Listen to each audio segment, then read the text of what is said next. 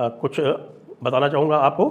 जो हमारा Hindu legal fund raising इस समय चल रहा है और जिसकी सहायता से हम बना रहे हैं लीगल सपोर्ट नेटवर्क, और इस लीगल सपोर्ट नेटवर्क को बहुत ज़बरदस्त आप लोगों का स्नेह और समर्थन मिला है, और कई सारे वकील, प्रसिद्ध वकील भी हमसे जुड़ गए हैं, और ये समझ लीजिए कि 20-25 लोग तो एक्टिवली जुड़ चुके हैं और भी जुड़ते रहेंगे। और हम सब मिल के जो लोग धर्म के लिए वास्तव में लड़ रहे हैं और उनके प्रति झूठे और सच्चे तरह तरह के केस हो जाते हैं, उनकी सहायता के लिए ये लीगल फंड क्रिएट किया जा रहा है, जिससे उनको अच्छी से अच्छी लीगल सहायता मिल सके, ना कि केवल जो प्रो बोनो टाइप की और हल्की फुल्की सहायता होती है उस तरह की नहीं, जो बेस्ट लीगल एडवाइस है वो मिल सके। तो इसका लिंक नीचे दिया हुआ है, लिंक जाइए, लिंक को क्लिक कीजिए और आपकी इच्छा अनुसार आप इसमें अपना योगदान दे सकते हैं और कंट्रीब्यूट कर सकते हैं।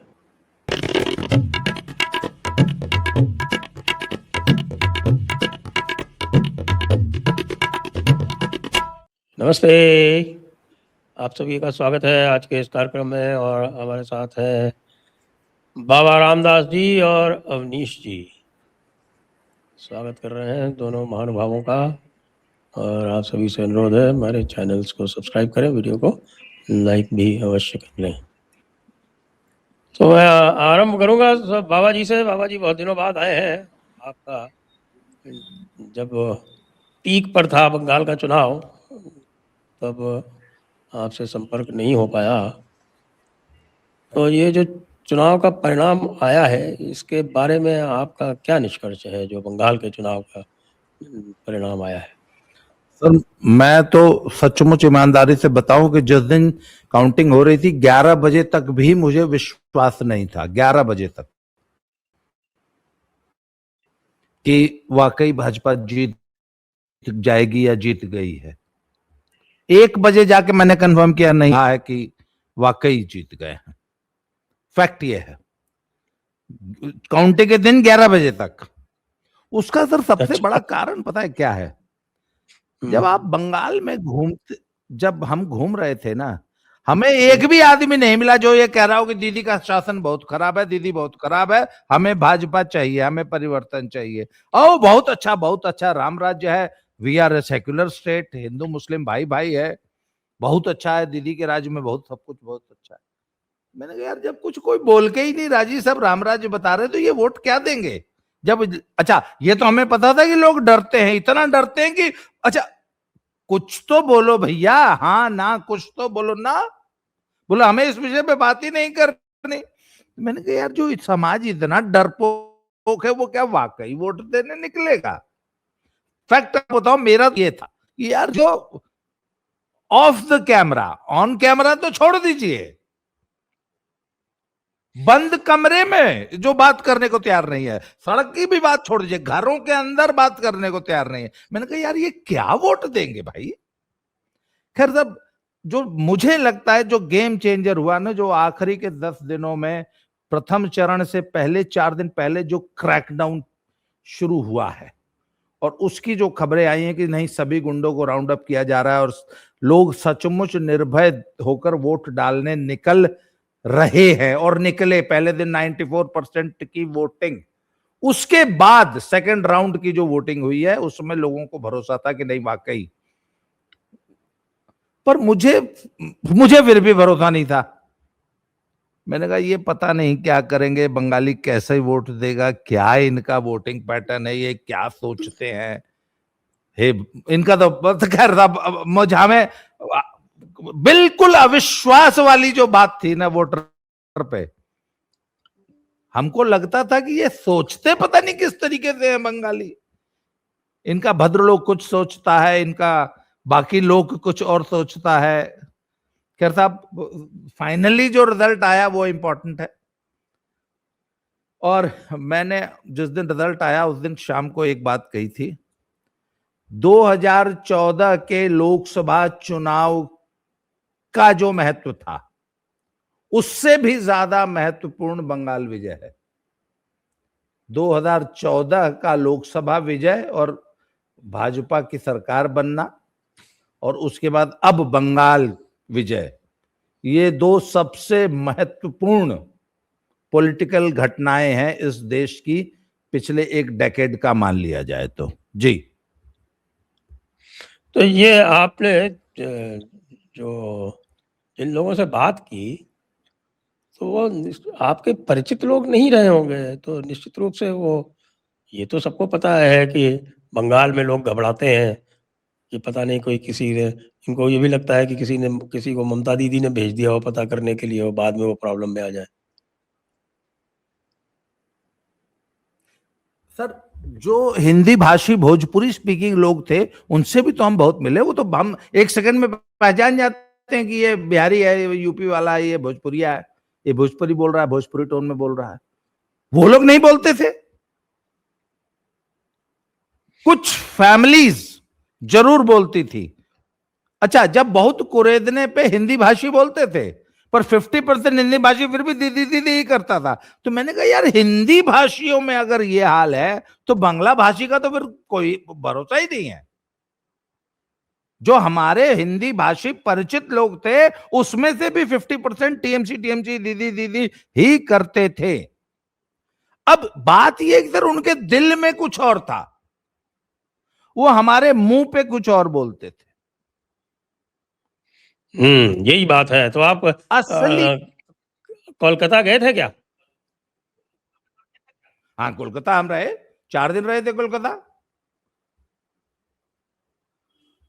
हम जी, चलते हम हैं। करते क्या थे, कोलकाता से लोकल ट्रेन्स पकड़ के हर दिशा में निकल जाते थे, और 50-50, 60-60, 70-70 किलोमीटर दूर वहां पे आखिरी स्टेशन पे उतर के वहां से किसी गांव में वो जो वो नहीं होता ई रिक्शा, वो पकड़ लेते थे और उस ई रिक्शा को तय कर लेते थे कि 4 घंटा घुमाएगा गांव में। तो स्टेशन से 15-20 किलोमीटर दूर, 25 किलोमीटर दूर निकल जाते थे गांव में। वहां पे खोजते थे कोई हिंदी जानने वाला मिल जाए, थोड़ा बहुत हिंदी, अदरवाइज बंगला छोटी टूटी फूटी जो थोड़ी बहुत हम समझते थे। तो सर बात यह जी, ना कि अच्छा, आने अब क्या होगा। अब एक बार जब चूंकि ममता दीदी का राज चला गया, अब वही बंगाली, अच्छा अब तो जो जो सचमुच टीएमसी का वोटर था ना, वो भी भाजपा ही हुआ है, वो भी भगवा पट्टा गले में डाल के जय श्री राम के नारे लगा रहा है। अब तो टीएमसी का पूरा कैडर ही बीजेपी में शिफ्ट हो गया है। शिफ्ट तो होना अच्छा, ये चाहता चीज है, उनको आपको ले नहीं यूपी रहे हैं बिहार वो में बात कभी अलग देखने को मिलेगी? है। जी, चलिए नहीं अवनीश नहीं जी के सर, पास चलते हैं हम। आम पब्लिक की बात कर रहे हैं हम। मैं I am not talking about the leadership और द कैडर। जो आम पब्लिक है, जो गांव में जो टीएमसी टीएमसी का झंडा उठा के घूमते थे वो लोग। अच्छा, एक चीज बताइए ना, हमने यूपी बिहार में ये कभी नहीं देखा भाई। भाजपा समर्थकों का एक अलग समूह है समाज में, सिपाहियों का एक अलग है। चुनाव हो जाता है, चुनाव बाद किसी सपाई को कोई तू तड़ाक भी नहीं करता आपस में। हमने आज तक कभी नहीं देखा कि किसी सपाई, अगर भाजपा चुनाव जीत गई हो तो किसी सपाई को दौड़ा के पब्लिक ने मारा हो या सपा का कार्यालय फूंक दिया हो। आज तक इतनी दुर्भावना एक दूसरे के प्रति कभी रही नहीं। हालांकि बहुत ज्यादा राजनीतिक विरोधी है एक दूसरे के, सब कुछ है, पर आप उसके लिए बताइए कभी कि इस तरीके से चुनाव आपको परिणाम आने के बाद टीएमसी, जिस तरीके से बंगालियों ने टीएमसी को चोर चोर कह के टीएमसी नेताओं को, पोलिंग एजेंट्स को जिस तरीके से कार्यालय फूंकना, हमने आज तक यूपी बिहार, मतलब बिहार तक में हमने नहीं देखा कभी ये कि आम जनता इस तरीके यही से दौड़ा ले। साहब, यही तो गड़बड़ हो गई ना। सन 77 से ये जो सिस्टम देख रहे हैं आप, ये आज से नहीं है, सन 77 से है, 49 साल से। 49 साल की जो दबी पीड़ाएं हैं वो निकली हैं। अवनीश जी, जी आपका क्या कहना है? आपने तो सेंस कर जी लिया था। जी सर, सबसे पहले तो दर्शकों को बहुत बहुत प्रणाम। बाबा जी, आपको भी नमस्ते। बाबा जी, एक दो छोटे छोटे प्रश्न आपसे मैं पूछ लूं, उसके बाद फिर आगे बढ़ते हैं। ये बताइए, आप के जो भी कुछ वीडियोस मैंने बंगाल के देखे, तो आप अपने इसी भगवा वेश में थे, और कंटेंट भी और सर्वे भी, अब जनता का मूड भी आप इसी ड्रेस में भांप रहे थे, अपने इसी आवरण में, है ना? मुझे लगता है हाँ, जो वीडियो हमने देखा उसमें भी आप इसी तरह घूम रहे थे। अभी आपने नाम लिया कि यूपी हाँ। बिहार में तो आपने कभी नहीं देखा। सर मैं आपको बिल्कुल, बताऊं इसी में थे। कि उत्तर प्रदेश, बिहार इसी और में थे। बाकी राज्यों की तरह अगर आप बंगाल को पढ़ने और समझने निकले थे तो ये हो ही नहीं सकता था, ये संभव ही नहीं था। दूसरा, आप जिस वेश में घूम रहे थे उस वेश ये में ये आप पॉइंट अगर आपका सही है। आप अगर शुभेंदु अधिकारी साहब के पास पहुंच जाते तो वो भी कहते दीदी बहुत अच्छी, बहुत अच्छा। तो मुझे तो कई बार ये लगा कि आप मतलब बंगाली ही गए थे ना, वो बीनापुल बॉर्डर के उस तरफ तो नहीं चले गए थे, बांग्लादेश की तरफ। सर देखिए, ऑन सीरियस नोट, कई दिन बाद आपसे मुलाकात हो रही है तो थोड़ा सा जो है चुगलबाजी करने का भी मन किया, और जीत के बाद थोड़ा सा मन भी हल्का होना चाहिए। सर सीरियसली बात यह है कि बंगाल का चुनाव दरअसल किसी भी भारत के और प्रदेश के चुनाव जैसा कभी रहा ही नहीं, इस बार भी नहीं रहा। रिजल्ट भले ये आया है, पहले भी नहीं रहा। और महुआ मोइत्रा जब कहती हैं कि पोस्ट पोल वायलेंस तो हमारा बंगाल का हिस्ट्री है, तो ये बात सही है। अभी संजय सर ने कहा है कि ये तो 70s से चल रहा है। भाई कांग्रेस के समय आर.के. लक्ष्मण साहब का वो कार्टून क्या कर रहा था, जिसमें बख्तरबंद गाड़ियों से लेके पूरा काफिला बंगाल की तरफ जा रहा है और उनमें उनका कॉमन मैन भी खड़ा हो, तो 70s का है। और 71, उसमें वो कह रहे हैं सब बंगाल में इलेक्शन है। 1971। 71 हमारी पैदाइश का साल है सर, बताइए। तो ये तो तब से हमारे जन्म के पूर्व से बंगाल में राजनीति ऐसे ही चल रही है। और आप देखिए इस जनरेशन में आके वो महुआ मोइत्रा कह रही है कि तो हमारी हिस्ट्री है, तो ये सही बात है। हम अगर उसे बिहार के चश्मे से, हम उसे मध्य प्रदेश, राजस्थान और उत्तर प्रदेश के चश्मे से देखेंगे तो नहीं संभव था, बिल्कुल संभव नहीं था। और आपने एक बात कही अभी कि वो तो पहले फेज के 4-5 दिन पहले से मामला बदला है ना, बिल्कुल नहीं। 2-3 चीजें मैं आपको बताऊं सर, बंगाल पर जब जब बात हो रही थी इलेक्शन से पहले, मैं एक चीज कहता था कि कोई क्लोज फाइट नहीं होनी है, 10, 15, 20 विधायकों का अंतर नहीं होना है। और ऐसा नहीं है कि मेरे पास आईपैक जैसी कंपनी का कोई फीडबैक था या मेरे पास एक एक सीट पर जो आरएसएस वाले हैं उनकी कोई रिपोर्ट थी, नहीं। ऐसा बंगाल के मतदाताओं की प्रकृति, उसके आधार पर मैं कह रहा था। बंगाल ने कभी ये क्लोज फाइट और 10 सीट इधर और 20 सीट उधर की मोटा भाई स्कूटर पर लेके उनका मीम टहले कि मोटा भाई ये विधायक सेट कर रहे हैं, वो मौका ही नहीं देता। कारण ये कि बंगाल में जब भी कोई आया है उसने पहले तो किसी को चुना नहीं है, सत्ता से हटाया। इस बार भी उसने निर्णय लिया था कि हमको ममता को हटाना है। सामने भारतीय जनता पार्टी ऑप्शन बन के खड़ी थी, इसलिए भारतीय जनता पार्टी की ये विजय हुई है। अभी भी कुछ लोग कड़े शब्दों का अभी इस्तेमाल करेंगे। मैं जब जब ये कह रहा हूं तब तब मुझे जो है नीचे कमेंट में दर्शकों की डांट पड़ रही, क्या बात कर रहे हैं, भाजपा ने कुछ किया ही नहीं। अरे भाई साहब, भाजपा ने किया।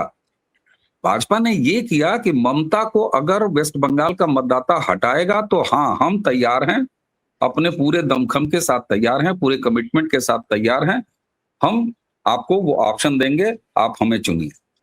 भाजपा की भूमिका ये रही है। और वेस्ट बंगाल में जब जब सत्ता परिवर्तन हुआ है तो जिसने सत्ता परिवर्तन किया है उसकी भूमिका यही रही है। कांग्रेस के सामने लेफ्ट की भूमिका यही रही है कि हटाओ इनको, हम तैयार हैं। लेफ्ट के सामने ममता की यही भूमिका रही 11 में कि अगर तुम इनको हटा रहे हो तो हम तैयार हैं। ठीक यही 15 साल के बाद ममता बनर्जी के साथ हुआ। तो वेस्ट बंगाल ने अपना वोटिंग पैटर्न, अपनी जो मतदान की शैली है, उसकी प्रकृति है, उसकी संस्कृति है, उसको कहीं नहीं बदला। और यही वजह है कि जब सफाया किया तो टीएमसी का पूरा सफाया किया, 10-20 विधायक का कोई मतलब ही नहीं था। जब जब सारे लोग कह रहे थे कि बड़ी क्लोज फाइट होगी, हमने कहा नहीं होगी। और ये केवल एक आधार पर कि बंगाल की प्रवृत्ति यह नहीं है कि वो कोई क्लोज फाइट दे। और आज कह रहा हूं, अब चाहे मियाद कितनी भी हो, क्योंकि 25 कांग्रेस की, 34 लेफ्ट की और 15 ममता बनर्जी की, तो एक लंबी मियाद भारतीय जनता पार्टी की भी रहने वाली है। वो कितने की होगी, 1 दशक की होगी, 1.5 दशक की होगी, 2 दशक की होगी, ये अलग बात है। लेकिन यह कड़वा सच है, कभी आएगा। बंगाल अगर कभी भाजपा को भी कितने भी लंबे समय के बाद अगर सत्ता से हटाएगी तो उसका भी सुपड़ा ठीक उसी तरह साफ करेगी जैसे अभी किया है। तो बंगाल ने कुछ भी नया नहीं किया है। हाँ, अब ये हुआ क्यों है? ये हुआ इस वजह से है कि लेफ्ट के समय जो शुरुआत हुई, हालांकि कांग्रेस के समय ही शुरुआत हो गई, लेकिन वो सिलसिला थोड़ा बहुत पुराना हो जाता है। तो लेफ्ट के समय जहां की पीढ़ियां हैं सामने, उसको सहने वाले, उसको झेलने वाले, उसको देखते रहने वाले, ये जनरेशन है, और वो अपने अपने घरों में मुखिया हैं। अगर वो कोई बहन बेटी रही है तो वो अपने घर की एक माँ है, और एक अपने घर की एक महिला मुखिया है। उन तमाम सालों में 34 इयर्स प्लस ये 15 इयर्स, इसमें जो अस्मिता के ऊपर बंगालियत जिसको ये लोग कह रहे थे, वो फ्रॉड बंगालियत था। दरअसल ये बंगालियत वह धीरे धीरे समझा कि अरे, और भाजपा ये समझाने में कामयाब रही। मैंने हमेशा कहा कि बंगाल में वो जो बंगाली अस्मिता, बंगाली प्राइड, इसको जो ममता बनर्जी बाहरी बनाम बंगाली प्राइड से जोड़ देती थी, इस बार भाजपा ने कहा कि ये बजबजाती नालियां बंगाली प्राइड नहीं है मेरे भाई। ये केंद्रीय योजनाओं का यहाँ लागू न होना, ये बंगाली प्राइड नहीं है। ये तुम्हारी डेमोग्राफी का बिगड़ते चले जाना, ये बंगाली प्राइड नहीं है। ये तुम्हारी सीमा पर घुसपैठ होना, ये बंगाली प्राइड नहीं है। ये विकास के मामले में बंगाल का पिछड़ते चला जाना, ये बंगाली प्राइड नहीं है। बड़े स्मार्टली भारतीय जनता पार्टी ने ये किया, और यही वजह रहा कि जय बांग्ला के नारे के सामने जय श्री राम का नारा उसी बंगाली प्राइड को ओन करता हुआ टिका रहा। ममता बनर्जी की लाख कोशिश, वो मछली तक चली गई, लेकिन वो वहां से उभर नहीं पाया। और 4 दिन 6 दिन के मोबिलाइजेशन पर इतना बड़ा सुपड़ा नहीं साफ होता सर। यह बंगाल का मतदाता पहले से तय करके बैठा था। इसके साथ एक पैकेज जो सुप्रीम कोर्ट के दिशा निर्देशन में इलेक्शन कमीशन ने सुरक्षा बलों के साथ वहां पर दिया। बस इतने का भरोसा, जैसे कहते हैं ना, डूबते को तिनके का सहारा। पैरामिलिट्री फोर्सेस से लेके ये तमाम उपाय, इलेक्शन कमीशन का एग्रेसिव होके अजय पाल शर्मा जैसे सुपर कॉप्स को स्पेशली अपॉइंट करना, माहौल बनाना, बीएसएफ और तमाम पैरामिलिट्री फोर्सेस के लोगों का वीडियो बना बना के भयमुक्त वातावरण तैयार करने का प्रयास करना, इन सारी चीजों ने वह बांध खोल दिया, वो भय का वातावरण समाप्त कर दिया। जनता पहले से भरी बैठी थी, अपनी उंगलियों को दबा के बैठी थी, मुंह चुप करके बैठी थी, और वो हो गया। और यही वजह था कि अंतिम के 10 दिन जिस गति से वोकल हुआ बंगाल, वो आश्चर्य करने वाला था। मेरे बंगाल रहते रहते हल्की फुसफुसाहट से वो बात शुरू होती है, और उसके बाद वो चाहे सोशल मीडिया हो, चाहे वहां ग्राउंड पे लोग हों, और वो वोकल होते गए, और निर्भयता लगातार आती गई। तो ये सारी चीजें थी। तैयार पहले बंगाल था, उस बंगाल को सामने भारतीय जनता पार्टी ने इस बार उनकी बंगाली प्राइड, बंगाली पहचान, बंगाली तहजीब, बंगाली कल्चर उनके साथ समेटे रखा, और समेटने के बाद इस अंतर को समाप्त कर दिया कि हमें ये जो बाहरी पोस्ट करती हैं, ये हम बाहरी नहीं हैं, हम यहीं के हैं। और यही वजह था कि प्रधानमंत्री हो, चाहे गृह मंत्री हो, चाहे सेंट्रल नेतृत्व हो, वो सारे पीछे रहे। 5 तारीख को याद कीजिए, पीएम की पहली रैली थी, उससे पहले शुभेंदु ही शुभेंदु बंगाल भाजपा लड़ी, और ये काम कर गई। जी, एक बात मैं इसमें ऐड करना चाहूँगा बाबा जी से टिप्पणी लेने के पूर्व, कि यदि आप बंगाल का मूल चरित्र देखें, तो आप देखेंगे कि जो हमारा जो हिंदू राष्ट्रवाद है, उस हिंदू राष्ट्रवाद के जो प्रखर पुरोधा हैं, वो बंगाल से आए हैं। आप बंकिम चंद्र चट्टोपाध्याय को ले लें, वंदे मातरम। आप चंद्रनाथ बसु को ले लें, हिंदुत्व। आप स्वामी विवेकानंद को ले लें, जिन्होंने पूरे विश्व में भारत की एक अस्मिता स्थापित की। और उसके बाद आप महर्षि अरविंद को ले लें, जिनका जो ध्येय वाक्य है वो हमारे जयपुर डायलॉग्स का भी संकल्प है। हम सभी ने उसको अडॉप्ट किया है कि सनातन धर्म ही राष्ट्रवाद है। चाहे हम गुरुदेव रविंद्रनाथ टैगोर को ले लें, जिन्होंने 1940 के आसपास उनको भी समझ में आ गया था कि भैया ये मुस्लिम और क्रिश्चियंस जो हैं, ये सभी को अपना दुश्मन मानते हैं। ये उनके वाक्यों में भी परिलक्षित होता है। उन्होंने ही जनगण मन अधिनायक जैसा आपको दिया, जनगण मन अधिनायक, जिसको कि कई लोग पता नहीं क्या क्या बोलते हैं, जबकि अगर आप उसको पूरा पढ़ेंगे तो आपको पता चलेगा कि वो भगवान कृष्ण के स्तुति है, उसमें चिर सारथी का वर्णन है।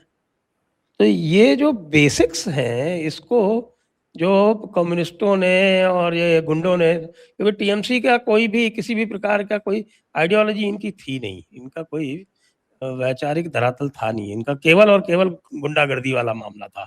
इन्होंने सीपीएम की आइडियोलॉजी तो इनहेरिट की नहीं, हाँ उनका जो गुंडा चरित्र था वो पूरा का पूरा ले लिया। तो ये जब बेसिक है तो इनकी ही ज्यादतियों ने एक ऐसी स्थिति बना दी कि जिसमें जो बंगाल का मूल चरित्र है राष्ट्रवाद का, हिंदू राष्ट्रवाद का, वो निखर के आ गया। बाबा जी। सर आपने बिल्कुल सही कहा, पर मैं एक बात बताऊं हाँ, भाई, नेताजी सुभाष को तो मैं भूल गया बोलना, तो भारत की वहां स्वतंत्रता से ही आजाद हिंद सर फौज वहां की देन है। हाँ, वहां से लेकर श्यामा प्रसाद मुखर्जी तक आप देखिए, जनसंघ का उदय दीपक ही वहीं से जला, बाद में बुझाया, और ऐसा बुझाया सबों ने, कम्युनिस्टों ने, कॉमरेडों ने, कि बूटों तले रौंद दिया उस दीपक को। तो वो भी एक पुराना डीएनए तो था ना, जो इस बार निकल के आया है। पर सर हाँ एक जी बात बाबा बताऊं, जी। मैं ये मेरा ये मानना है कि जो टीएमसी है तो वो आखिर कांग्रेस की ही नाजायज औलाद ना, और कम्युनिस्टों ने कांग्रेस की ही टेक्निक्स को जो कैरी फॉरवर्ड किया ना, कि बाय हुक और क्रुक किसी भी तरह चुनाव जीतना, और गुंडों को टिकट देना, गुंडों से चुनाव जीतना, पूरी गुंडागर्दी करना, अपने विरोधियों को सबसे पहले वोटर लिस्ट में मत आने दो, अगर आ जाए तो बूथ तक मत आने दो, बूथ में भी घुस के उसकी जगह खुद वोट देना, ये सारी नहीं नहीं, टेक्निक्स और एक मिनट बाबा जी, जी टोकूंगा आपको, इसलिए टोकूंगा कि मैं उस समय का साक्षी हूं जब सत्ता परिवर्तन कांग्रेस से लेफ्ट में हुआ था। जी 1977 में अक्टूबर में मैं कोलकाता गया था, और कांग्रेस के और कम्युनिस्टों के चरित्र में काफी अंतर है। ये बदमाशियां जो थी, ये 67 में जब पहली बार कम्युनिस्ट सरकार आई थी तब आरंभ हुई थी। ये जो मिलिटेंट ट्रेड यूनियनिज्म, इंडस्ट्री जो कैप्टन्स थे उनको भगाया जाना, और लोगों की गर्दनें पकड़ना, ये सारे काम जो थे लेफ्ट। फिर नक्सलवाद का उदय उसी समय, आपके लेट 60s में ही तो नक्सलवाद का उदय हुआ था। तो ये मैं आपसे सहमत नहीं हूँ कि कांग्रेस की ही संस्कृति उन्होंने आगे बढ़ाई, ना उन्होंने अपनी नई संस्कृति थोपी है, और मेरे देखते देखते थोपी है। 77 से 81 तक मैं कलकत्ता में था, मेरे देखते देखते चीजें परिवर्तित हुई हैं। नहीं, पर सर गुंडागर्दी वाला जो कैरेक्टर था ना, लोकतंत्र को किसी भी कीमत पर कब्जा करके अपने पक्ष में निर्णय लेने वाला जो कांग्रेस का जो कैरेक्टर था, उसको एक अलग कलेवर में, अलग एक आइडियोलॉजी के तहत अलग तरीके से बेशक कर लिया होगा, पर लोकतंत्र को पे कब्जा करना, बूथ कैप्चरिंग, गुंडागर्दी, वो तमाम जो कैरेक्टर्स थे भाई, 77 में जो इंदिरा गांधी के खिलाफ जो गुस्सा था इमरजेंसी वाला, उसको भुनाया उन्होंने, सत्ता परिवर्तन हुआ, और उसके बाद अगले 34 साल तक जिस तरीके से सरकारी तंत्र द्वारा संगठित गुंडागर्दी से लोकतंत्र पे कब्जा किया, एक मजे की बात वो बताऊं सब आपको, तो हमने देखा ही है।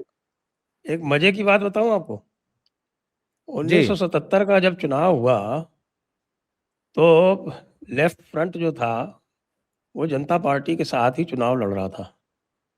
तो जनता पार्टी ने जी लेफ्ट फ्रंट को कहा कि हम तुमको 75 से ज्यादा सीटें नहीं देंगे, तुम 75 सीटों पे लड़ दो।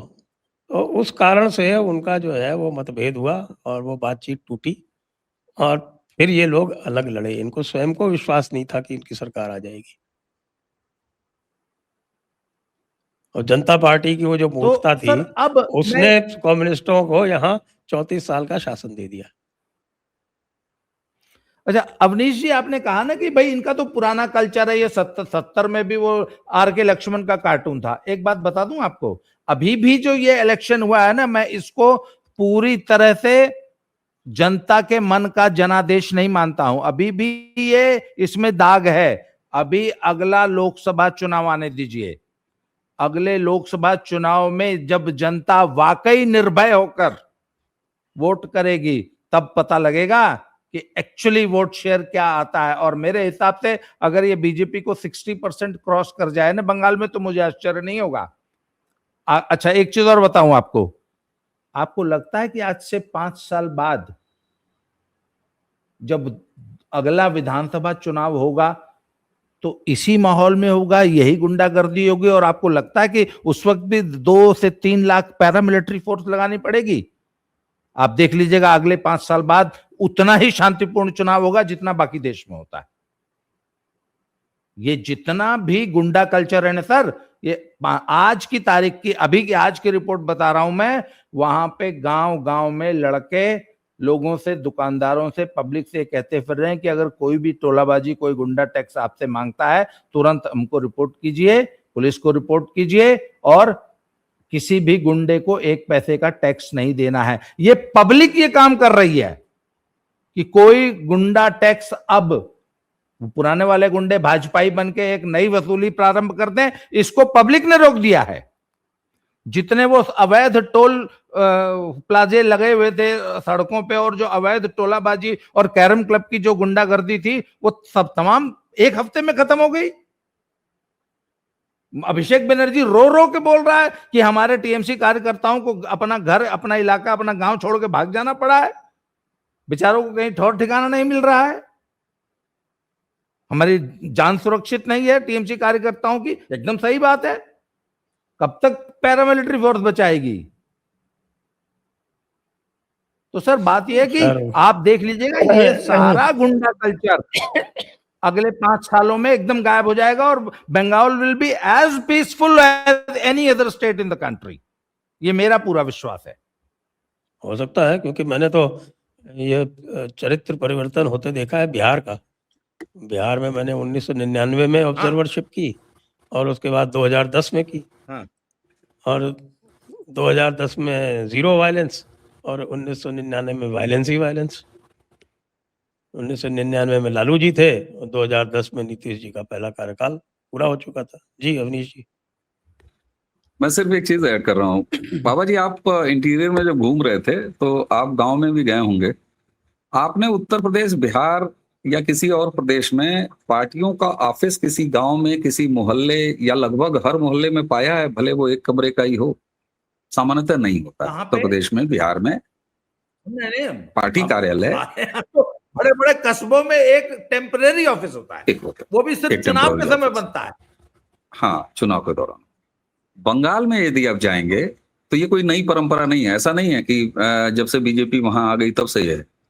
आपको किसी भी लोकेलिटी में, संजय सर बताएंगे, उनका तो वहां पे बहुत रहना हुआ, चाहे वो आप कोलकाता का इलाका ले लीजिए, चाहे कोई भी इलाका ले लीजिए, गांव ले लीजिए, अगर वहां पर एक साइजेबल नंबर है, लोगों की रिहाइश है, तो आपको एक झोपड़ी ही सही, लेकिन उसमें आप जानते हैं एक टर्मिनोलॉजी क्या है?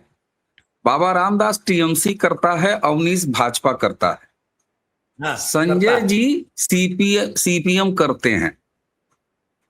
ये साफ साफ आइडेंटिफिकेशन होता है, और अब भाजपा उसमें आके धीरे धीरे जुड़ी है, और हर लोकेलिटी में पार्टी का एक कमरा होता है। वही कमरा आप देख रहे थे कि कांग्रेस का तृणमूल ने कब्जा कर लिया, तो वो महिला नेत्री जो है ताला तोड़ रही थी बड़े नाजुक अंदाज से, और कितने सीपीएम के ऑफिसेस पर तृणमूल ने कब्जा कर लिया था जब सीपीएम ने गदगद होके उसको मुक्त कराया। तो ये जो आप कह रहे हैं कि एक लोगों को बड़ी आशंका थी कि साहब, आप लोग बार बार कहते हैं कि सीपीएम का ही काडर जो है वो ममता बनर्जी ने उठा लिया, और उसके आधार पर उन्होंने 15 साल तक की सत्ता की। तो कल को अगर यही कल्चर है बंगाल का, तब तो भाजपा अगर सत्ता में आ जाएगी तो फिर यही कैरम क्लब, यही सारे काडर, यही सारे गुंडे बदमाश भाजपा को कैरी करने पड़ेंगे। यहां परिवर्तन हो रहा है, और ये परिवर्तन किस तरह से हो रहा है? आपने अभी जो कहा, वो सामान्य जनता नहीं घूम के कह रही है, बाकायदे ई रिक्शा पे माइक लगाए जा रहे हैं, बाकायदे भारतीय जनता पार्टी के वो काडर हैं जो जाके कह रहे हैं कि आपको भगवा पटका पहना हुआ, भारतीय जनता पार्टी का झंडा लगाई हुई गाड़ी या मोटरसाइकिल से अगर कोई आए, अगर वो कोई वसूली की बात करे, तो आप हमें बताइए। और उनकी उपलब्धता हर जगह है कि जहां जनता जाए और जाके उनको बताए कि फलाने ऐसा कर रहा था, ढिकाने ऐसा कर रहा था। भारतीय जनता पार्टी का शुभेंदु अधिकारी अगर वहां सरकार चला रहे हैं, तो भारतीय जनता पार्टी बंगाल यूनिट इस समय अपने संगठन को पूरी तरह इस काम पर लगाए पड़ा हुआ है कि किसी भी तरीके से ये तोलाबाज वाले जो हैं पूरे गिरोह, वो कहीं इस तरह का जो सॉफ्ट घुस जाते थे वो ना हो। इसको इंश्योर कर रहा है भारतीय जनता पार्टी का संगठन, और यही परिवर्तन जनता देखना चाहती है। भाजपा ने इस बार यह काम किया है कि जो अपेक्षा है, क्योंकि प्रताड़ित होने वाले भी तो भाजपा वाले हैं भाई। जो टीएमसी के खिलाफ थे, जो सीपीएम के खिलाफ थे, वही भाजपा ही हैं। हाँ, एक बड़ा एकमुश्त वोटर सीपीएम वाला निकल के आया है जो बीजेपी के पास आज है।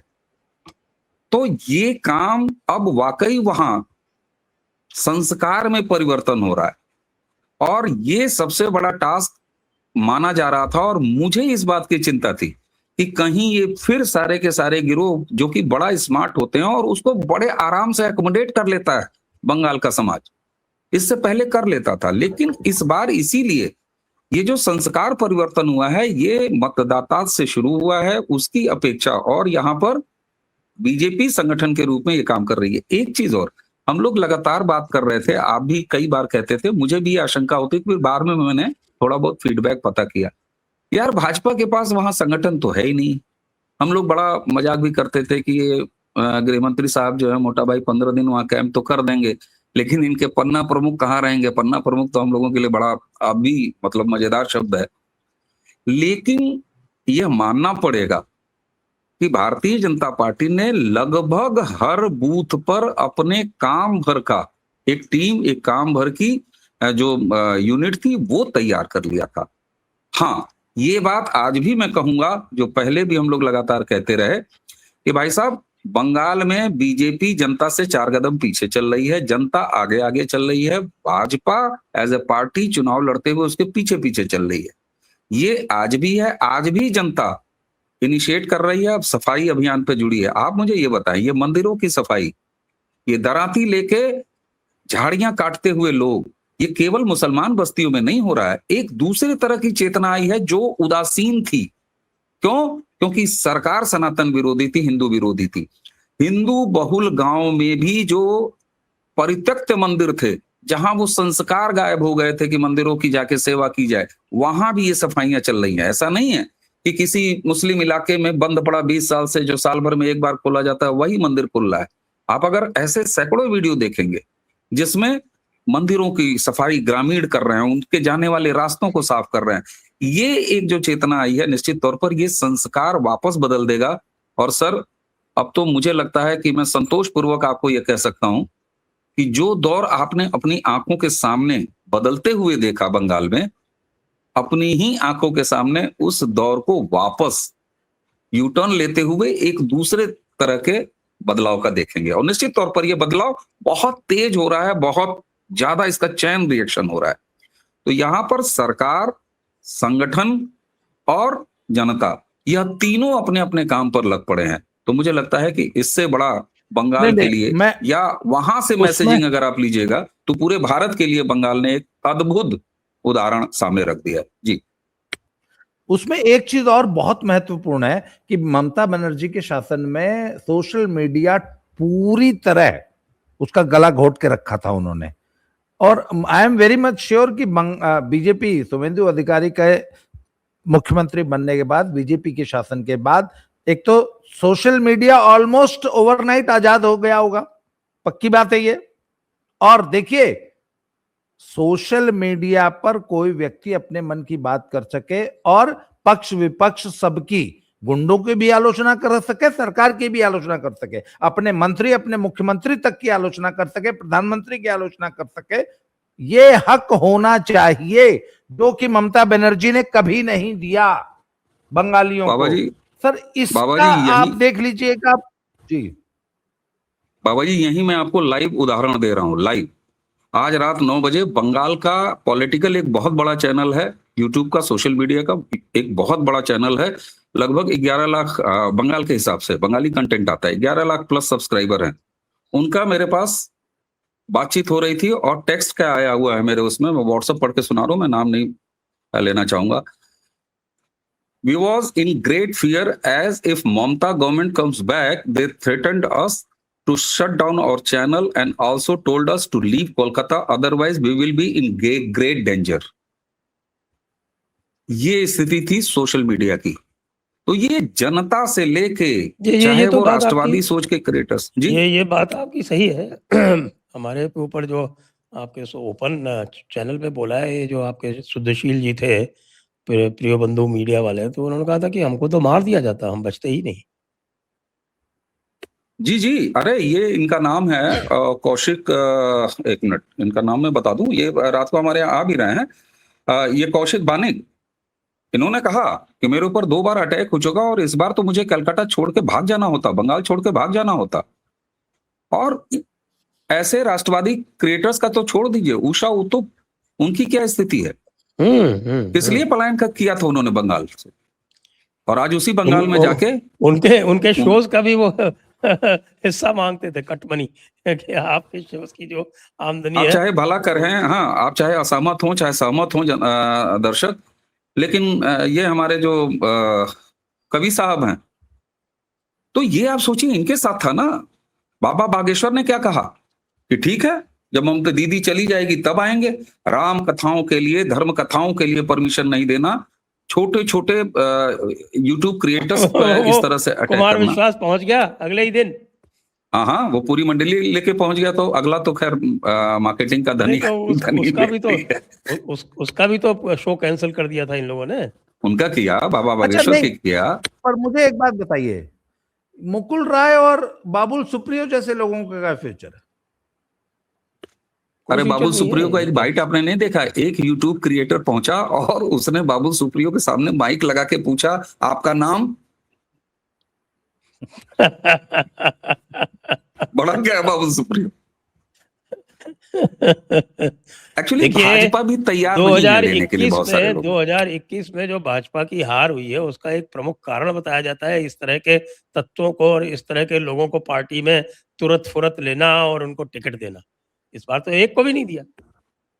एक को, और टिकट तो छोड़ दीजिए सर, मुझे लगता है कि वही इनको समझ में आया है भाजपा को, और इस बार दौड़ दौड़ के चिल्ला रहे हैं कि कोई पटकाधारी अगर रातों रात पटका बदल के तुम्हारे पास आए तो हमको तुरंत बताओ।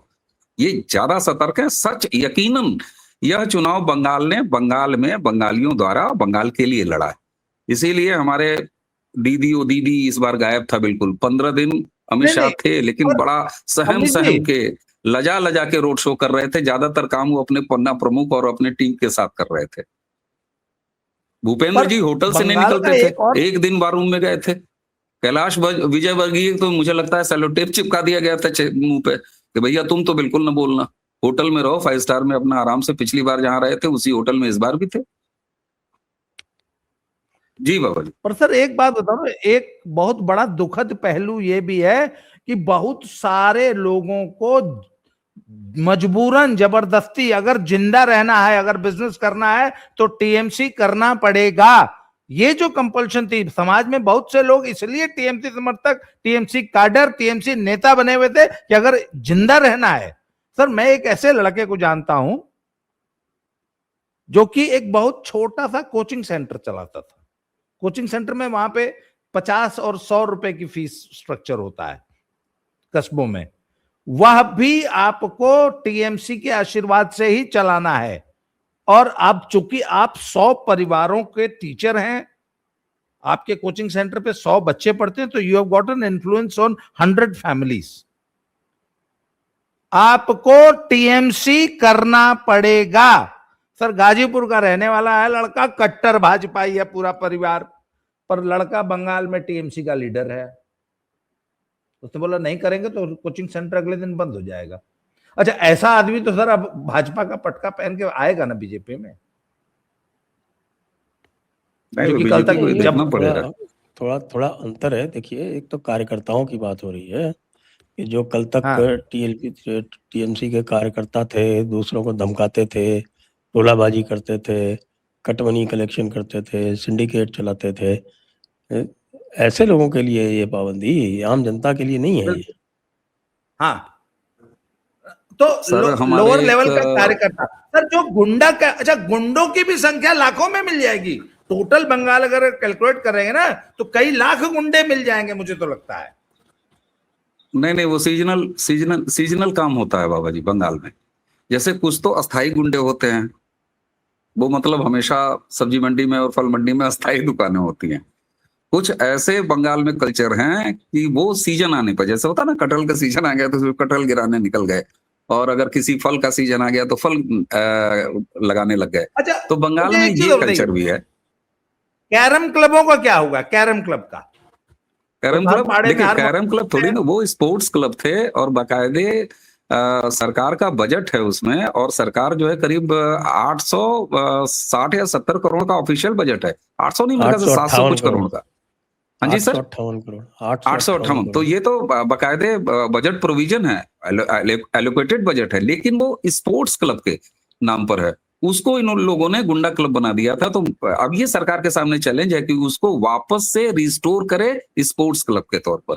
दरअसल वो है स्पोर्ट्स क्लब, उसको गुंडा क्लब में तब्दील किया गया था। अच्छा एक चीज और, संगठन के ऊपर, भाजपा के ऊपर सर चुनाव लड़ने के बाद ये बहुत बड़ी जिम्मेदारी होगी, और ये इनको 100% एश्योर करना पड़ेगा कि ये पटकेबाजी वाले रातों रात इधर ना आए। अच्छा है ये बहुत शुरुआत से इस काम पे लग गए अवनीश हैं। जी, जी अवनीश जी, ये तो हमने इसकी चर्चा आप थोड़ी सी कर ली, चूंकि समय कम है तो मैं आपको चाहूंगा कि ये शुभेंदु अधिकारी ने चीफ मिनिस्टर बनने के बाद में जो स्टेप्स लिए हैं उनके बारे में क्या सोचते हैं? जो आप कह रहे हैं ये तो उन्हीं की तरफ, उसी दिशा में ही तो कदम उठाए हैं। बिल्कुल सर। देखिए एक तो बड़ा स्मार्टली चल रहा है। 5 कैबिनेट डिसीजन लिए, जिसमें पहला तो ये था फेंसिंग वाला, उसके बाद जितनी भी सेंटर की योजनाएं हैं उसको हम लागू करेंगे, ये तो सबके पास है, खबरों में आ चुका है। उसके बाद जो उन्होंने मीटिंग की, वो मीटिंग में जो ब्रीफ किया है ऑफिसर्स को, एक पुलिस ऑफिसर्स की मीटिंग ली जिसमें उन्होंने कहा कि लगभग 1356 रफली ये 2021 के पोस्ट पोल वायलेंस है जो केवल महिलाओं के साथ जुड़े हुए हैं, जिसमें rape, threat to rape, attack, murder और उसके अलावा छेड़खानी, अपहरण, ये सारे केसेस रीओपन करने के लिए, और इसको द्रुत गति से, और उसको सीएम ऑफिस मॉनिटर करेगा। ये एक इंपॉर्टेंट है, जो कि केवल वहां जीडी में दर्ज है। अब जीडी में दर्ज है, उसमें क्लोजर रिपोर्ट लगी है कि नहीं लगी है, डजंट मैटर। जीडी में जो केसेस दर्ज हैं वो होंगे। तो एक तो ये। दूसरा, उन्होंने गौकशी और इस तरह की चीजों का बहुत ज्यादा नाम नहीं लिया है, लेकिन पशु तस्करी और नमाज सड़कों पर नहीं पढ़ी जाएगी, ये एक डिसीजन। इसको उन्होंने जोड़ दिया है ट्रैफिक मैनेजमेंट से। तो ये एक धीरे धीरे, जिस तरीके से कहते हैं ना कि उसको बैलेंस, और वो सारी चीजें, बैलेंस का मतलब मैं ये नहीं कह रहा हूं कि उधर तुष्टिकरण और तृप्तिकरण, ऐसा कोई मामला नहीं है, लेकिन शुभेंदु अधिकारी के जो डायरेक्शंस अभी ऑफिसर्स को जा स्पीकर रहे वाला भी उत्तर प्रदेश का डायरेक्शन लागू कर स्पीकर दिया। वाला उत्तर प्रदेश का फॉलो किया है, स्पीकर वाला। दूसरा, रेवेन्यू डिपार्टमेंट के लिए विशेष तौर पर जो मॉडल योगी जी का है कि वो किसी अपराधी के पीछे पुलिस तो लगाते ही लगाते हैं, तुरंत जो है वो नगर निगम और नगर पालिका को लगाते हैं कि जरा इसके मकान का नक्शा चेक करो। तो अरे आज ये चल जो रहा है एक वहां फुल, बुलडोजर, हाँ हाँ कोलकाता में बिल्कुल बुलडोजर सर, चल रहा है। बिल्कुल चल रहा है, रेवेन्यू वाले लग चुके हैं।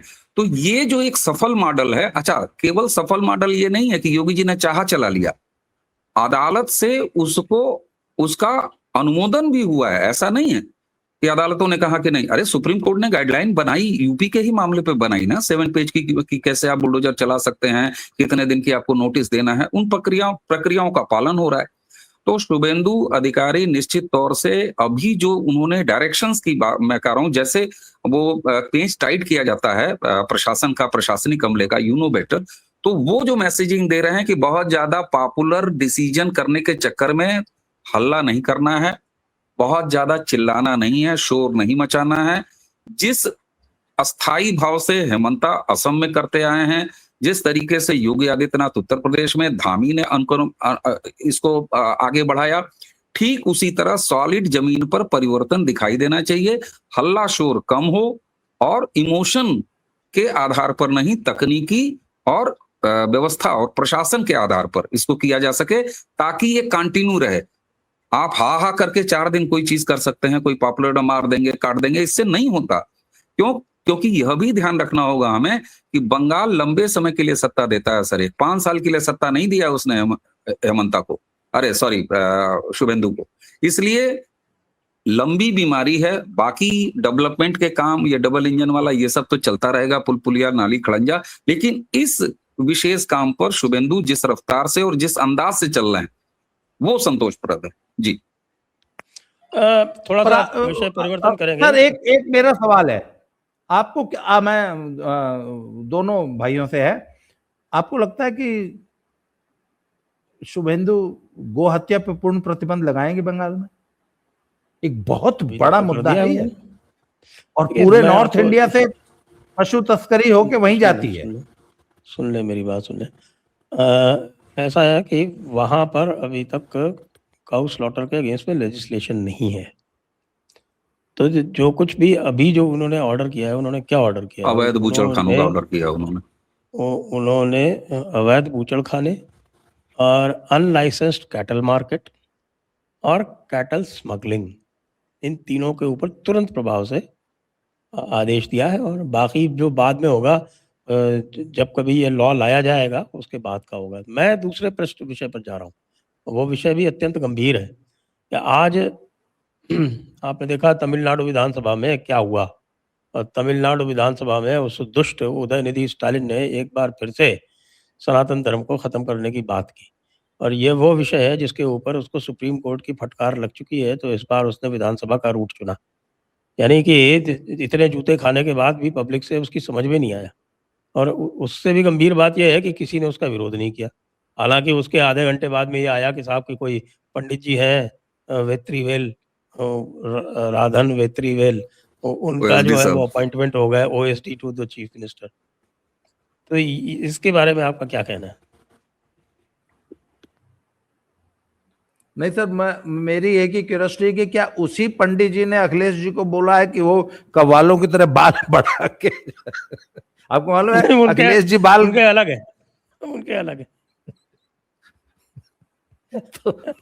उनके वाले मौलाना साहब हैं जिन्होंने दीदी के लिए हरी चादर दिया था उनको, उनके दूसरे। अच्छा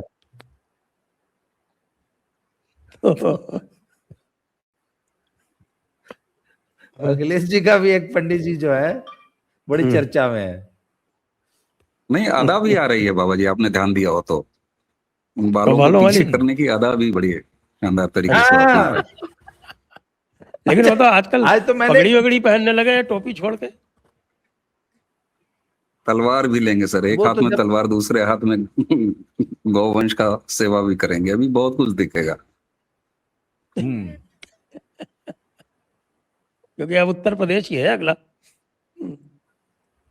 वो भी जानते हैं उत्तर प्रदेश अगला महासंग्राम सर, अगला महासंग्राम लड़ा जाएगा पंजाब में। उत्तर प्रदेश तो मान लीजिए उसकी परिस्थितियां अलग है, वो 2 बार हम जीते हुए हैं। अगला असली लड़ाई का मजा आने वाला है सर पंजाब में। अच्छा बाबा जी, कल सरपंच मिल्खा जी से बात हो रही थी सर। एक वहाँ सरपंच मिल्खा सिंह हैं, बड़े एक्टिव हैं सोशल मीडिया पे भी, ग्राउंड पे भी। तो वे कह रहे थे कि अभी आप देखिएगा अमनीश जी, बहुत जल्द यहाँ पर जो अलगाववादी मानसिकता है वो लोग ये नैरेटिव फैलाना शुरू करेंगे कि अब भगवा इत्थे आ रहा है कब्जा करने दे वास्ते। तो ये नैरेटिव भी आपको बहुत जल्द दिखाई देगा। सिख धर्म का भी मूल रंग केसरिया ही है। तो यही उनको समझाना पड़ेगा इस बार। ये बाबा जी के निर्देशन में काम होगा। पंजाब में इस चुनाव में पंजाब में सिर्फ एक मुद्दा काम करेगा, वो है, आए थे अमित शाह जी, एक बार बोल गए हैं कि हमको मौका दीजिए, 2 साल के अंदर पंजाब से ड्रग्स की समस्या हमेशा के लिए समाप्त कर दूंगा। सर इस बात का बहुत ज्यादा असर है पंजाब में, क्योंकि पंजाब ड्रग्स से वाकई बहुत बुरी तरह त्रस्त है। अब तक पंजाब में हेरोइन और चिट्टा और ये सब चलता था। अब वो जो एक नई ड्रग आई है, पहले क्या था कि चिट्टा हेरोइन वाले लेके चुपचाप पड़े रहते थे, दिखाई नहीं देते थे। एक नई ड्रग आई है, उसका मैं नाम जानबूझ के नहीं ले रहा हूं। उसमें क्या है कि जब आदमी ले लेता है ना, तो वो खड़ा है सीधा या झुक जाता है, एकदम ऐसे झुक जाता है, और वो घंटों वहीं उसी तरीके से स्टैचू बना हुआ सड़क के किनारे खड़ा रहता है, और उसको उस 2 घंटे के दौरान हजारों लोग देखते हैं। ये नई इंट्रोड्यूस हुई है इधर, पंजाब में पहले इसका चलन नहीं था। अब उसकी वजह से पंजाब में हजारों युवा उस कंडीशन में खड़े हुए झूल रहे हैं, उनकी वीडियोस बना रहे हैं लोग। एक तरफ युद्ध नशिया विरुद्ध चल रहा है, दूसरी तरफ ये जो ड्रग आई है नई वाली, ये इससे बहुत ज्यादा प्रॉब्लम हो रही है और बड़ा बुरा माहौल बन रहा है। तो ऐसे में अमित शाह जी ने वादा कर दिया कि अब हमको मौका दीजिए। अब पंजाब में मैं आपको बताऊं, मैं कुछ ऐसी कट्टर रेडिकल सिख पंथिक फैमिलीज को जानता हूं जो बीजेपी और मोदी का नाम नहीं सुनना चाहते थे। उन्होंने कहना शुरू किया है कि नहीं, एक मौका तो लगता है बीजेपी को देना ही पड़ेगा, नहीं तो पंजाब बर्बाद हो जाएगा। तो सर ये, और जिस तरीके से बंगाल का चुनाव लड़ा गया है, उतने ही दृढ़ संकल्प के साथ अगर इस बार बीजेपी आ गई पंजाब में तो जीत पक्का मिलेगी। सिख वोट देंगे, और सुनिए, हिंदू वोट से नहीं जीतेगी बीजेपी, सिख वोट से जीतेगी, क्योंकि लॉ एंड ऑर्डर और ड्रग्स, ये जो 2 मुद्दे हैं। और भाई विकास के मामले में तो भाजपा का रिपोर्ट कार्ड बहुत अच्छा है ही है। योगी जी सबसे बड़े मॉडल हैं कि किस तरह लॉ एंड ऑर्डर कंट्रोल किया जाता है। बाकी केंद्र चाहेगा, सहयोग मिलेगा तो ड्रग्स की समस्या का भी हल निकलेगा, और पंजाब बिल्कुल इस बार वोट देगा। बंगाल से बहुत ज्यादा असर पड़ा है। अवनीश जी एकदम सही कह रहे हैं। ये तो अब जी। उत्तर प्रदेश का क्या होगा अवनीश जी, तो बता दीजिए। हो गया सर। आप ये बताइए, दीदी ने सबको, जैसे वो नहीं होता मोहल्ले में कोई बदमाशी करने पे अगर कोई लड़का पिट जाता है तो वो चिल्लाता है, "हैं, संजय भैया, संजय ताऊ, हैं बाबा रामदास, अवनीश भाई जल्दी आओ"। ममता बनर्जी यही तो कर रही थी। मेरी सोनिया गांधी से बात हुई है, राहुल से बात हुई है, केजरीवाल से बात हुई है, तेजस्वी से बात हुई, अखिलेश से। कौन गया था सर? भगा कौन यूपी से? एक अकेला आदमी भगा, हरी चादर पहना के आया। उनको पता है। और ऐसा नहीं है कि वो तो आईपैक के लिए बंगाल, मिलने गए थे। हाँ, अरे सर, मतलब पैसे का मामला तो वही है। और सबसे बड़ी बात यह है कि अभी लोग कह रहे हैं कि साहब, बंगाल जो है वो अब 2027 का एकदम ट्रेंड सेट कर दिया यूपी में। सर दोनों हुआ है, लेन देन की पॉलिटिक्स है। योगी आदित्यनाथ अगर बंगाल में टोन सेट करके आ गए हैं, भगवा के साथ विकास का मॉडल, हिंदुत्व के स्थापन के साथ विकास का मॉडल, तो अब बंगाल ने इन तमाम चीजों को ऐसे पलट देने का वो जो काम किया है, तो वो फिर उत्तर प्रदेश में रिफ्लेक्ट होगा। और बाकी आईपैक से तो करार तोड़ ही चुके हैं। मुझे लग रहा है कहीं ऐसा तो नहीं है सब कुछ एडवांस वगैरह रख लिया हो, दीदी ने वो वापस लेने गए हो कि भैया अब यहाँ चुनाव लड़ना है, दे दीजिए। एकदम अवनीश जी, अब आपने असली बात कही है सर। लगभग ऐसा बताया जाता है कि 200-250 करोड़ एडवांस दिया गया था। अभिषेक बनर्जी का आईपैक में कुछ बता रहे हैं, कुछ शेयर वेयर है, कुछ जो भी है पर्दे के पीछे। तो वो यूपी में तो ये चर्चा है कि वो पैसा वापस मांगने गए थे, तो भैया पहले ही तो बहुत गरीबी है, सर, हम नहीं कर पाएंगे, वो पैसा दिलवा दीजिए, हमारा एडवांस जो दिया। सर भाजपा ने चुनाव महंगा कर दिया है, बड़े मजबूती से चुनाव लड़ना पड़ता है। तो अब भैया को पैसे की जरूरत है नहीं, और जरूरत है सर। और सरकार भी तो गए, ज्यादा दिन हो गया, तो चिंटू यादव, बंटी यादव, याद है आपको? सफेद जूता, सफेद पैंट, सफेद शर्ट। टिकट बिक्री कम हो गई ना, टिकट का रेट कम हो गया। बस बहन जी की टिकट का रेट एकदम डाउन हो गया ना सर। बहन जी का रेट डाउन नहीं हो रहा सर, बहन जी का तो अभी रेट अच्छा चलता है। नहीं सर, बहन जी का तो अब क्या रेट चलता है? बहन जी का कोई नहीं, बहन जी का जीतने के तो बहन जी के पास खर्चे ही कितने हैं? मतलब आज के मार्केट के हिसाब से बहन जी का जो भी रेट है वो पर्याप्त है उनके लिए। नहीं, कोई आदमी पुराने जमाने में कोई आदमी 50 लाख भी क्यों देगा उनके टिकट के लिए? हाँ सर, उत्तर प्रदेश बिहार में राजनीति का वो कीड़ा है कि क्या आपने कभी ऐसा लेटर हेड देखा है? फलाने जी पूर्व लोकसभा प्रत्याशी, बहुजन समाज पार्टी, ऐसे लेटर हेड उत्तर प्रदेश और बिहार में चलते हैं। तो इस बात के लिए पैसे दे दिए जाते हैं। Very interesting. लेकिन ये तो दिख रहा है साफ साफ कि अखिलेश जी जो है वो बड़े नर्वस दिखाई पड़ रहे हैं, और वो अभी जो कैबिनेट नर्वसनेस एक्सपेंशन उनके हुआ है सर, योगी जी ने किया है, जिसमें 2 मंत्रियों को प्रमोट किया है और बाकियों को जो नया इंडक्शन हुआ है 4, पीडीए का पूरा हवा निकाल के रख दिया। आप ये बताइए कि वही वाली जो एक कमर्शियल आता था पहले कि जब वही सफेदी वही चमकार कम दामों में मिले तो कोई वो क्यों ले, ये क्यों ना ले। तो पीडीए का वही सब कुछ अगर योगी जी के हाथ से मिल रहा है तो फिर उनका पीडीए भी फेल हो गया। नाम तो वो पहले ही बदल चुके हैं पीडीए का रातों रात जाके बंगलौर में। तो अखिलेश भैया काफी परेशानी में है इस समय। बाबा जी आपको दुआ करनी चाहिए कि दीदी पैसा दे दें। अगर कुछ आप सहायता कर सकते हो तो मंडवाली करा के पैसा वापस करा दीजिए, बड़ा जरूरी है। यहाँ यूपी में खर्चा बहुत है भैया के पास। भंडारा भी करना है हनुमान जी का, भूत पिचास निकट नहीं आवे, ये भी आपने देख ही लिया। वो नहीं कैसे सर, निकट आवेगा वो? अखिलेश भैया फंड्स के अलावा उनको एक और चिंता बहुत है। उनको ये भरोसा ही नहीं रह गया है कि उनका जो MY जो बेस है वो वाकई चुनाव तक इंटैक्ट रहेगा। उसमें बहुत बड़ा क्षरण होने की संभावना मैं देख रहा हूं। इस बार यादव वोट अच्छी खासी संख्या में खिसक के बीजेपी को वोट देने जा रहा है, ऐसा मुझे आभास हो रहा है। ममता दीदी से भी कोई 10% मुसलमान इस बार छटका है। हाँ, यस। यूपी में तो एक मौलाना ने उनका नाम नहीं मुझे याद आ रहा है, वो किसी मतलब मिल्लत उल्लत के वो भी हैं, उन्होंने तो अनाउंस किया है कि अरे वो मुसलमानों इस बार सोच लो शहाबुद्दीन तुम। रिजवी है ना, बरेलवी हाँ, शहाबुद्दीन रिजवी है। कि अखिलेश यादव को देने की कोई जरूरत नहीं। तो राहुल जी की स्ट्रेटजी कामयाब होती नजर आ रही है सर यूपी में। अरे वहाँ बिहार में तेजस्वी का काम लगाया, ममता बनर्जी का उधर हो गया, अब अखिलेश भैया का नंबर है। तो हाँ, वो डीएमके का भी तो मुसलमान, लगा चुके हैं, डीएमके का भी हाँ काम डीएमके का लगा चुके। अच्छा, काम भी लगाया, भाग के दूसरी गाड़ी पे बैठ भी गए। अच्छा, दूसरी गाड़ी ने उन्होंने एआईडीएमके वालों ने 30 ने अलग होकर समर्थन दे दिया, तो उनका जो 5 का समर्थन है वो बेकार भी हो गया, उनको मिनिस्ट्री में उनके और नहीं लिया। रुमाल रखे थे, रुमाल उठा के फेंक दिया, वहां कोई और काबिज हो गया। इनकी स्थिति ये है। स्थिति बहुत गलत है, क्या किया जाए ऐसे लोगों के साथ में, इतने भले लोगों के साथ में नहीं क्या नहीं, करते हैं पर लोग। सर लॉन्ग बाबा जी टर्म के के लिए सीने में सर देखेंगे तो कांग्रेस के लिए थोड़ा सा एक कोने में हिस्सा धड़कता है। देखिए अभी नहीं, मैं तो सर कितने हाँ, एनर्जिट हो गए राहुल जी के लिए। मैं देखिए राहुल जी के जब कांग्रेस के रिवाइवल की बात आती है तो मैं हमेशा उत्साहित हो जाता हूं।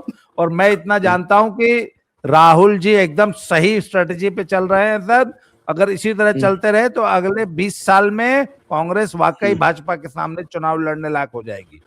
अगले 20 साल में अगर इसी तरह अखिलेश को एक बार खत्म कर दिया, अगर तेजस्वी तो मान लीजिए खत्म है, अखिलेश अगर एक बार खत्म हो गए तो फिर सर कांग्रेस का रास्ता खुल जाएगा।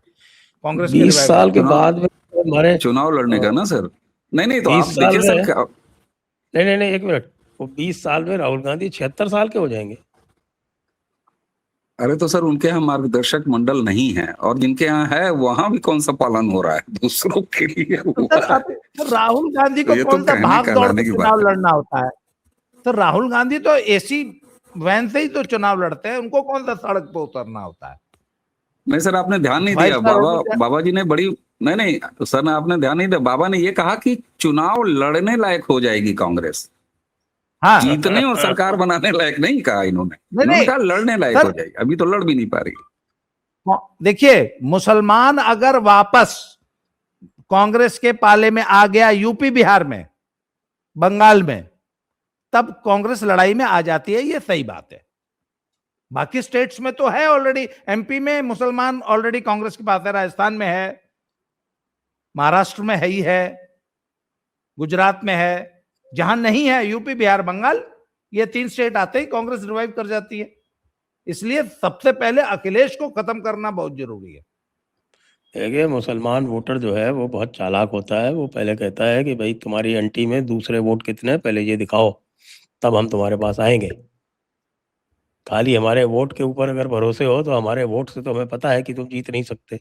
हमारे वोट मैक्सिमम पड़ेंगे तो भाई 19% सारे डाल देंगे, और जो जाएगा तो कोई 20-21% पड़ जाएंगे, उससे पार पड़ेगी नहीं। जब ममता की 27% से नहीं पड़ी और आपके गौरव गोगोई की 34% से पार नहीं पड़ी, तो 19% से कैसे पार पड़ जाएगी? इसीलिए कह रहा हूँ ना, ये जीतने की बात नहीं कर रहे हैं, ये कह रहे हैं कि चुनाव लड़ने लायक हो जाएगी। चलिए, हाँ अभी तो आइए फिर। अभी तो कैंडिडेट ही नहीं मिलते। आज यूपी में इनकी ये दशा है कि एक बार जब प्रियंका गांधी जी ने कहा कि हम 50% लड़कियों को लड़की उलट सकती वाला चुनाव जो था, कैंडिडेट ही नहीं मिले कांग्रेस को, तो कम से कम कैंडिडेट मिलने लायक लड़ाई में आ जाएगी कि हाँ कुछ लोग आएंगे कि हाँ हम लड़ेंगे। 1500 वोट वाली स्थिति तो नहीं रहेगी ना। पता लगा 1500 वोट मिल रहा है विधानसभा में कांग्रेस को। आइए, अब आज की चर्चा को अब यहीं पे विराम देते हैं। सभी दर्शकों को बहुत बहुत जी। धन्यवाद, और बाबा रामदास जी जय को, श्री अवनीश जी को भी बहुत बहुत धन्यवाद। जय हिंद, जय भारत, वंदे मातरम। वंदे मातरम। जय जय श्री राम। जय श्री राम। जय श्री राम।